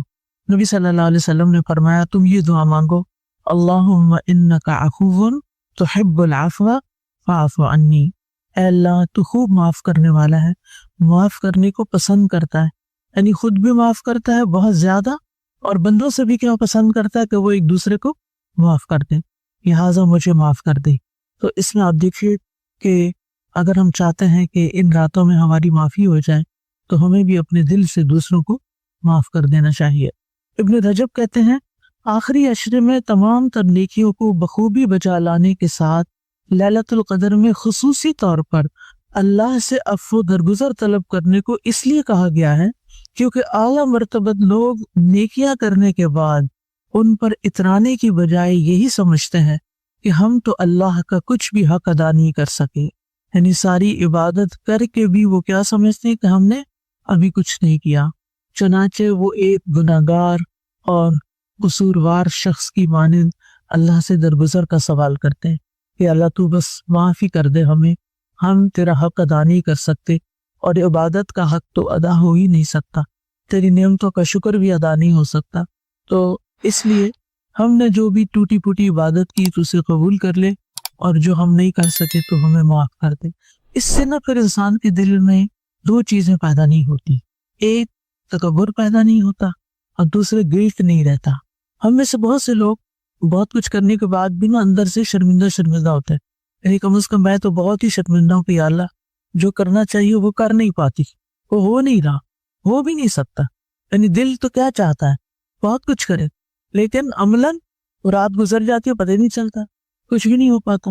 تو پھر دل میں نا ایک عجیب سی تکلیف ہوتی ہے کہ یا اللہ حق ادا نہیں ہو تو ہمیں معافی کر دے. اس لیے دونوں اعتبار سے معافی مانگنے کی ضرورت ہے. اگر یہ احساس ہو گیا کہ بہت کچھ کر لیا تب بھی معافی مانگ لیں، اور اگر یہ احساس ہو گیا کہ کچھ نہیں کیا تب بھی معافی مانگ لیں. اللہ سبحانہ وتعالیٰ ہم سے قبول کر لے. تو اس لیے دل لگا کے محبت سے یہ دعا کثرت سے کرتے رہیں. دعائیں تو ساری دعائیں ہیں، ساری اچھی، لیکن اگر ہمیں معافی مل گئی تو سمجھے سب کچھ مل گیا. کسی بھی حکم پر جب عمل میں دشواری پیش آ رہی ہو، دو چیزیں ذہن میں رکھا کریں. ایک تو یہ ہے کہ آپ پورے دل سے چاہتے ہیں وہ کرنا، نیت درست ہے آپ کی اور آپ اس کی ایفرٹ بھی کر رہے ہیں. لیکن دوسری چیز ہے کہ ایفرٹ کے باوجود وہ نہیں ہو پایا جو کرنا چاہیے تھا. تو ایسی صورت میں پھر یہ آیت ہمیشہ یاد رکھا کریں، فاتقوا اللہ ما استطعتم، اللہ کا تقوی اختیار کرتے رہو جتنی تم میں استطاعت ہے. یعنی جو ہم کر سکتے ہیں وہ ہم تو کر رہے ہیں، اور اگر کوئی تعاون نہیں کر رہا اور اس کے تعاون کے بغیر یہ عمل مکمل نہیں ہوتا. کچھ عمل ہوتے ہیں یک طرفہ، آپ نے کیا بس ہو گیا، آپ کے ہاتھ میں ہوتا ہے نا وہ کرنا، آپ کی چوائس پہ ہوتا ہے. لیکن کچھ کاموں میں آپ کو دوسرے کا ہینڈ بھی چاہیے. اب وہ ہینڈ نہیں آ رہا تو آپ اکیلے ہاتھ سے کتنا کر سکتے ہیں؟ جتنا کر سکتے ہیں اتنا کر کے اپنی نماز میں توجہ کریں. فاتقوا اللہ ما استطعتم، جو استطاعت ہے وہ کر لی، اللہ تعالیٰ اسی کو قبول کرے گا. اللہ تعالیٰ بہتر جانتا ہے کہ آپ کی استطاعت کیا ہے کیا نہیں. اللہ کے ساتھ سچے ہو، اور جب آپ کے دل میں ہوتا ہے نا کہ اللہ کو تو پتا ہے نا، اور باقی جینوئن بات ہے اور جینوئن ریزن سے میں سجدہ نہیں کر رہی، نہ کہ سستی کے مارے، تو وہ پھر اللہ کو پتا اور معاملہ اللہ کے ساتھ ہے. پھر دل میں گلٹ نہیں ہونا چاہیے، بس درگزر کی درخواست کرتے رہنا چاہیے. آج کل یہ ٹرینڈ چل پڑا ہے کہ 27 کو نکاح کرنا ہے. یعنی ہم نے عبادت کے مواقع کو بھی اپنی دنیاوی جو چیزیں ہیں ان کے لیے مخصوص کر لیے. اب جیسے کچھ لوگوں نے یہ رکھا ہوا کہ ہم نے حرم میں ہی جا کر نکاح کرنا، اچھی بات ہے، لیکن اگر موقع ہے شادی کرنے کا، بچوں کی شادی کرے، اپنا فرض ادا کریں. اب کب آپ کو ویزا ملتا ہے، کب آپ حرم جاتے ہیں، اگر کوئی مجبوری ہو تو ٹھیک ہے، لیکن وہاں جا کے نکاح کرنے کا زیادہ ثواب کوئی نہیں ہونا. اگر آپ اپنے گھر میں بھی بیٹھ کے کر لیں گے نا اور صحیح سنت کے مطابق کریں گے اور اسراف اور فضول خرچی سے بچیں گے تو اس کا ثواب زیادہ ہے. تو کیا نبی صلی اللہ علیہ وسلم نے ایسا کوئی اہتمام کیا تھا 27 کو نکاح کرنا ہے یا حرم میں جا کے کرنا ہے یا بیت المقدس میں جا کے کرنا ہے؟ یہ ہم نے اپنے اوپر ایکسٹرا بوجھ لاد لیے. اور پھر ہوتا گیا ایک بندہ کرتا ہے نا بغیر دلیل کے، دوسرے صرف اور صرف اس کی اندھا دھند تقلید شروع کر دیتے، پیروی شروع کر دیتے، اور یہ نہیں دیکھتے کہ اتنی قیمتی رات جس کے لمحے لمحے کی عبادت جو ہے وہ ہزاروں سال کی عبادت میں بھاری ہے، اس کو چھوڑ کے اور شغل میں لگ جاتے ہیں اور برکت حاصل کرنے کے خود ساختہ طریقے ایجاد کیے ہوئے. اللہ تعالیٰ سب پر رحم کرے. لیلۃ القدر کے بارے میں سوال ہے کہ لیلۃ القدر باقی رہتی ہے مطلع الفجر تک. تو طلوع فجر جو ہے وہ وقت ہے جب فجر کی نماز کا وقت شروع ہو جاتا ہے، یعنی جب فجر کی خوب پھوٹ جاتی ہے، یعنی جو ہی فجر کی اذان ہوئی تو وہ رات ختم ہو گئی، فجر شروع ہو گئی. اب یہ حتی مطلع الفجر، طلوع فجر تک ہے اس کا وقت. لیلۃ القدر میں عبادت گزشتہ گناہوں کی مغفرت کا باعث ہے. عن ابی ہریرہ ان رسول اللہ صلی اللہ علیہ وسلم قال من قام لیلۃ القدر ایمانا واحتسابا غفر له ما تقدم من ذنبه متفق علیہ. حضرت ابو ہریرہ رضی اللہ عنہ سے روایت ہے کہ نبی اکرم صلی اللہ علیہ وسلم نے فرمایا، جس نے لیلۃ القدر میں ایمان کے ساتھ ثواب کی نیت سے قیام کیا، یہ جو قیام کا لفظ ہے یہ قابل غور ہے، اس کے گزشتہ گناہ معاف کر دیے جاتے ہیں. تو آخری راتوں کی بہترین عبادت طویل نمازیں ہیں، لمبا قیام ہے. اسے بخاری اور مسلم نے روایت کیا ہے. یہ الگ بات ہے کہ جن لوگوں کو نماز نہ پڑھنا ہو پھر وہ بیٹھ کے کچھ ذکر اذکار کرتے رہیں، لیکن ساری نیکیوں میں سے بہترین نیکی جو اس رات میں کی جا سکتی ہے وہ طویل قیام. لیلۃ القدر کی سعادت سے محروم رہنے والا بہت ہی بد نصیب ہے. عن انس بن مالک رضی اللہ عنہ قال دخل رمضان فقال رسول اللہ صلی اللہ علیہ وسلم ان هذا الشهر قد حضركم وفيه ليلة خير من 1000 شهر من حرمها فقد حرم الخير كله ولا يحرم خيرها الا محروم. رواہ ابن ماجہ. حضرت انس ابن مالک رضی اللہ عنہ سے روایت ہے کہ رمضان آیا تو رسول اللہ صلی اللہ علیہ وسلم نے فرمایا، یہ جو مہینہ تم پر آیا ہے اس میں ایک رات ایسی ہے جو 1000 مہینوں سے بہتر ہے۔ جو شخص اس کی سعادت حاصل کرنے سے محروم رہا وہ ہر بھلائی سے محروم رہا۔ یعنی جس نے یہ چانس مس کر دیا کہ ایک رات کی عبادت 1000 مہینوں کی عبادت سے بہتر، تو پھر اس نے کتنا بڑا موقع ضائع کیا، کتنا بڑا نقصان کیا۔ نیز فرمایا لیلۃ القدر کی سعادت سے صرف بد نصیب ہی محروم کیا جاتا ہے، یعنی جو قسمت والے ہیں وہ اس کو پا لیتے ہیں اور باقی محروم رہ جاتے ہیں۔ اور پاتا کون ہے؟ جو کوشش کرتا ہے، جو محنت کرتا ہے، جو طلب رکھتا ہے۔ لیلۃ القدر رمضان کے آخری عشرے کی طاق راتوں میں تلاش کرنی چاہیے۔ عن عائشہ رضی اللہ عنہا ان رسول اللہ صلی اللہ علیہ وسلم قال تحروا لیلۃ القدر فی الوتر من العشر الاواخر من رمضان، رواہ البخاری۔ حضرت عائشہ رضی اللہ عنہا سے روایت ہے کہ رسول اللہ صلی اللہ علیہ وسلم نے فرمایا رمضان کے آخری عشرے کی طاق راتوں میں لیلۃ القدر کی تلاش کرو۔ اسے بخاری نے روایت کیا ہے۔ تو اس سے کیا پتہ چلتا ہے کہ خاص طور پر طاق راتوں میں اہتمام کے ساتھ عبادت ہونی چاہیے اور صرف 27ویں پر ہی اکتفا نہیں کرنا چاہیے۔ رمضان کے آخری عشرے میں بہت زیادہ عبادت کرنی چاہیے۔ رمضان کے آخری عشرے میں اپنے اہل و عیال کو عبادت کے لیے خصوصی ترغیب دلانا مسنون ہے، یعنی صرف خود نہیں، بچوں کو، گھر والوں کو، اوروں کو بھی اس کی طرف توجہ دلائیں، جیسے میں آپ کو توجہ دلا رہی ہوں۔ عن عائشہ رضی اللہ عنہا قالت کان النبی صلی اللہ علیہ وسلم یجتہد فی العشر الاواخر ما لا یجتہد فی غیرہ، رواہ ابن ماجہ۔ حضرت عائشہ رضی اللہ عنہا فرماتی ہیں کہ رمضان کے آخری عشرے میں نبی اکرم صلی اللہ علیہ وسلم باقی دنوں کی نسبت عبادت میں زیادہ کوشش فرماتے۔ اگر لفظی ترجمہ دیکھیں تو زیادہ فورسفل ہے۔ یجتہدو، کوشش کرتے، محنت کرتے، فی العشر الاواخر، آخری عشرے میں، ما لا، جو نہیں، یجتہدو، وہ کوشش کرتے تھے، فی غیرہ، اس کے سوا کسی اور میں، یعنی پورے سال کی عبادت ایک طرف اور اس آخری عشرے کی عبادت ایک طرف، یعنی اتنی زیادہ آپ کی توجہ اس عشرے میں عبادت کی طرف ہوتی تھی۔ عن عائشہ رضی اللہ عنہا قالت کان رسول اللہ صلی اللہ علیہ وسلم اذا دخل العشر شد مئزرہ واحیا لیلہ وایقظ اہلہ، متفق علیہ۔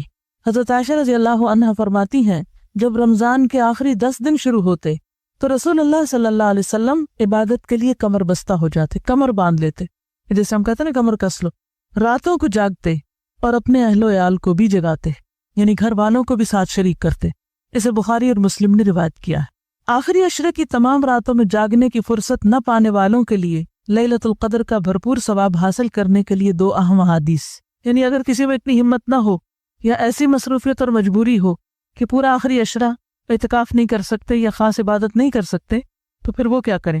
عن ابی ذر رضی اللہ عنہ قال قال رسول اللہ صلی اللہ علیہ وسلم انہ من قام مع الامام حتی ینصرف کتب له قیام لیلۃ، رواہ الترمذی۔ حضرت ابو ذر رضی اللہ عنہ کہتے ہیں رسول اللہ صلی اللہ علیہ وسلم نے فرمایا جس نے رمضان میں امام کے واپس ہونے تک امام کے ساتھ قیام کیا، یعنی باجماعت تراویح ادا کی، اس کے لیے ساری رات قیام کا ثواب لکھا جائے گا۔ اس سے ترمذی نے روایت کیا ہے۔ عن عثمان بن عفان رضی اللہ عنہ قال سمعت رسول اللہ صلی اللہ علیہ وسلم یقول من صلی العشاء فی جماعت فکأنما قام نصف اللیل ومن صلی الصبح فی جماعت فکأنما صلی اللیل کلہ، رواہ مسلم۔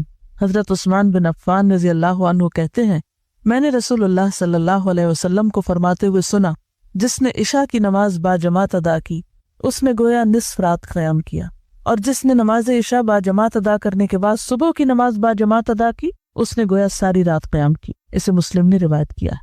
رمضان المبارک میں رسول اللہ صلی اللہ علیہ وسلم کثرت سے تلاوت قرآن اور انفاق فی سبیل اللہ فرمایا کرتے تھے، یعنی نماز کے بعد 2 مزید نیکی کے کام کیا ہیں؟ قرآن کا کثرت سے پڑھنا، اور تلاوت کا معنی آپ سمجھتے ہیں اچھی طرح، اور انفاق فی سبیل اللہ کرنا، یعنی تلاوت سے مراد صرف ختم پہ ختم کرتے جانا نہیں بلکہ سمجھ سمجھ کے پڑھنا بھی۔